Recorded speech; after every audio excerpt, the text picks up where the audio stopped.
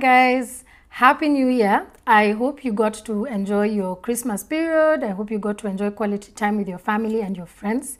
Now mine was actually a superb Christmas, and the main reason is because I did not experience any health challenges. So pretty much I was able to attend every party, every lunch. I mean, I was just all over the place, and yeah, I'm truly grateful for that.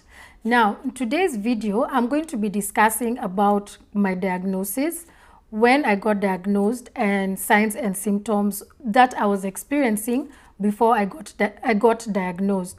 Now, I have, of course, gotten very many questions from people, and that's why I decided this should be the first video I will do for the year.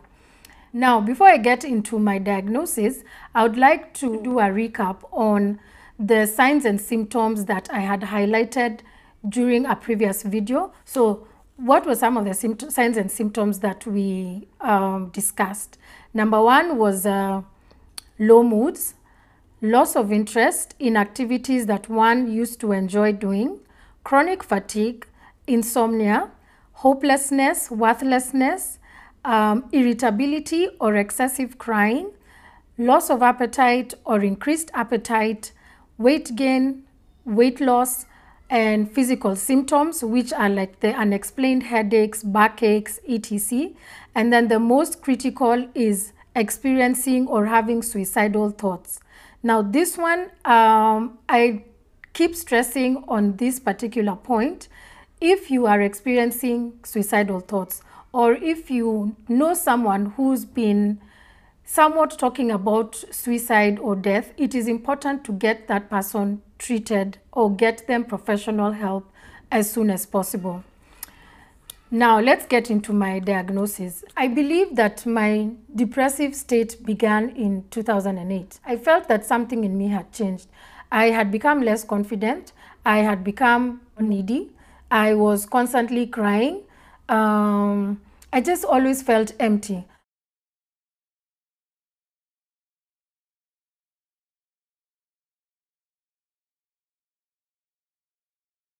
I was first diagnosed in July of 2015, but my diagnosis did not come about because I walked into a doctor's office and told them I'm experiencing ABCD. In June of that year, I was in the office. I'd actually just come from leave.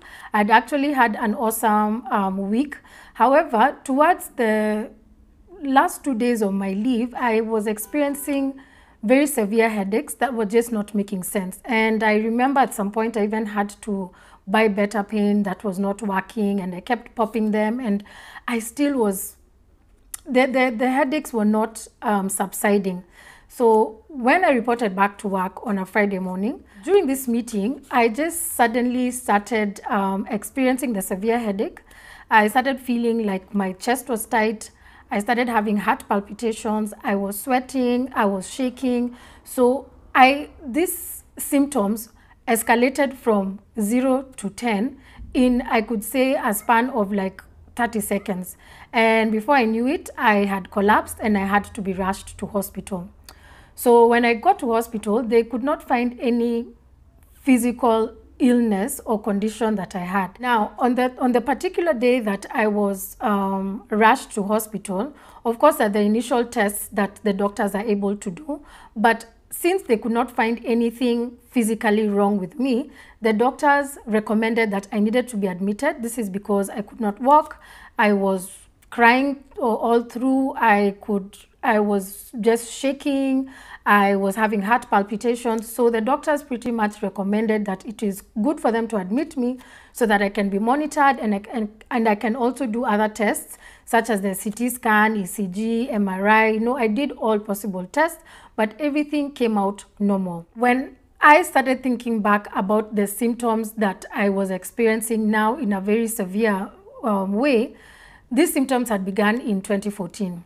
And the symptoms that were strongly manifesting in me was the severe headaches, which are the physical symptoms that I've mentioned previously. The severe headaches, backaches, neck aches. I was numb on one side. I had poor concentration. So, for example, the organization I used to work for, we used to have so many trainings, and By the time the training starts, 5 minutes in and my concentration is completely lost. I was not able to focus on what the trainer was saying. I had very poor memory. Now, after 2 weeks of being admitted in hospital, the doctors agreed to discharge me. They sent me home with some very strong painkillers, which till today I keep telling people those painkillers are the best thing that ever happened to me, because they actually had morphine. And then I was also sent home with sleeping pills because I had a lot of insomnia. But now when I went home, of course, the symptoms had not gone away. I was still experiencing the same thing. So about a month after all this, I went back to see Professor Kioi, a neurologist at Nairobi Hospital. And once he went through all my results, he was actually the one who diagnosed me with depression and anxiety disorder. Now, of course, initially, I did not accept the diagnosis because to me, depression is someone sitting down in a corner to cry. Like, I really didn't, let me say, I had not really paid attention to what depression was. So to be diagnosed with depression, I mean, definitely cannot be. I had concluded that either I'm suffering a stroke because of the heart palpitations and the numbness on one side, the headaches. So once he gave me that diagnosis, he sent me to a psychiatrist for him to evaluate me. But then since I had not accepted the diagnosis, I decided to see other neurologists in Nairobi. And believe me, I traversed this Nairobi from Karen Hospital to Aga Khan to NHIF building. I mean, I was all over the place. But once the fifth neurologist actually confirmed that I'm suffering from depression and anxiety disorder, that is when now I agreed to go see the psychiatrist. And of course, the psychiatrist now did an evaluation on me.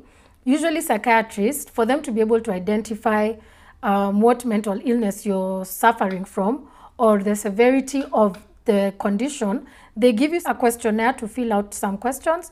And then once you're done, of course, now they give you your results and which part of the spectrum you fall at. So I was found to be severely depressed, and I was immediately put on antidepressants, which I did not take, of course, because I was like, I'm not going to live on these meds. There's no way I can do this on my own. And then I was also recommended psychotherapy. So after a week of being at home and ignoring to take the antidepressants, I went back for a review and I tried pretending to the doctor that I am actually okay. And I wanted him to write a letter to my employer and tell them that I am ready and good to go back to work. But I will actually never ever forget that moment in that doctor's office when she looked at me and actually asked me, "Are you really sure that you can go back to work?" That question broke me because I knew that there was no way I was going to function. I knew at the back of my mind that I am not okay. I knew that I was just pretending. I knew that I was trying to put on this facade that everything is okay and I can move on with life. But in reality, I was just lying to myself, to no one else, you know.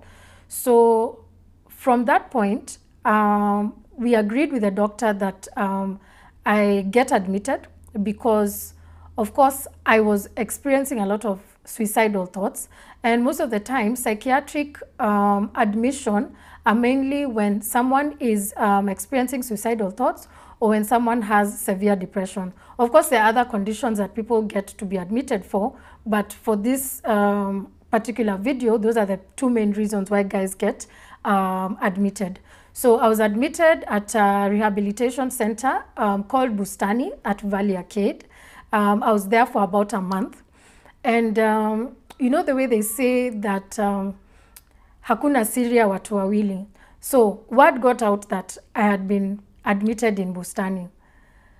Guys, let me tell you, the rumors that went around about me honestly were heartbreaking. And even from some of the people they came from was extremely heartbreaking. I got to hear that I was a cocaine addict. I got to hear that I was a heroin addict. I got to hear that I was an alcoholic. I was also a combination of all. So I was an alcoholic who was addicted to cocaine and heroin.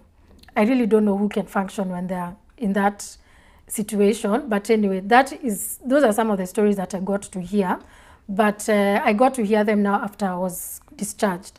However, those are just human beings. I actually had to go through a therapy session to be able to address those issues. Because you can imagine, I am already in this point in time where I have low self-esteem, I lack confidence, and then now you get to hear such negative things about people, and yet at that point in time, you're really struggling to keep afloat. The treatment that I got, once I accepted the diagnosis and I accepted that I do need to get treatment, was, as I've mentioned, I was rehabilitated for about a month.